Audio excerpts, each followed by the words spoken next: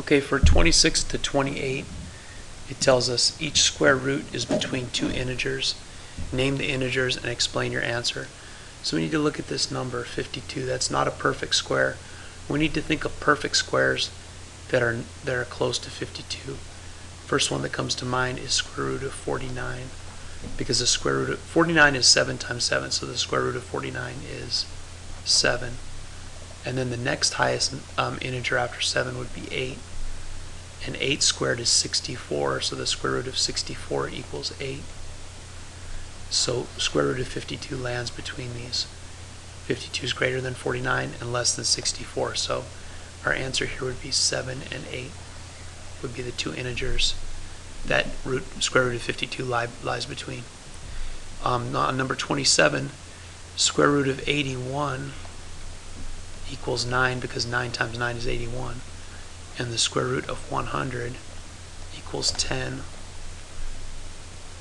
because 10 squared is 100. So square root of 90 lies between those two square roots. So the integers that lies between are 9 and 10. 28, well, I know 20 squared is 400. So square root of 400 equals 20. So what is 19 times 19? Let's see. 9 times 9 is 81. 1 times 9 is 9, plus 8 is 17. And then I'm in the tens place, so start with a 0. 9 times 1 is 9. 1 times 1 is 1. This gives me 361. So 19 squared is 361. So the square root of 361 equals 19. So square root of 375 does land in between those two. So the integers that square root of 375 lies between are 19 and 20.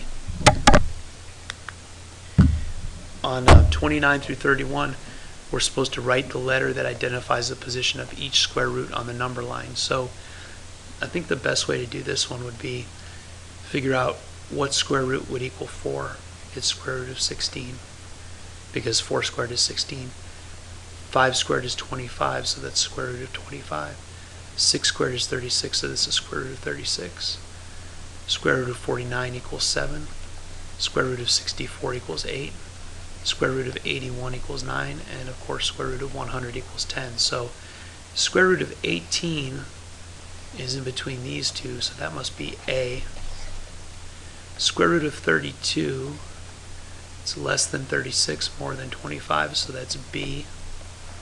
And square root of 72 is greater than square root of 64, less than square root of 81, so that must be E. Okay, 32. The area of a square is 112 square inches. Which of these is closest to the length of the side of the square? I remember this problem. This is going to take a little longer than I have on the time remaining, so I'm going to pick up the review with this next question on the next video.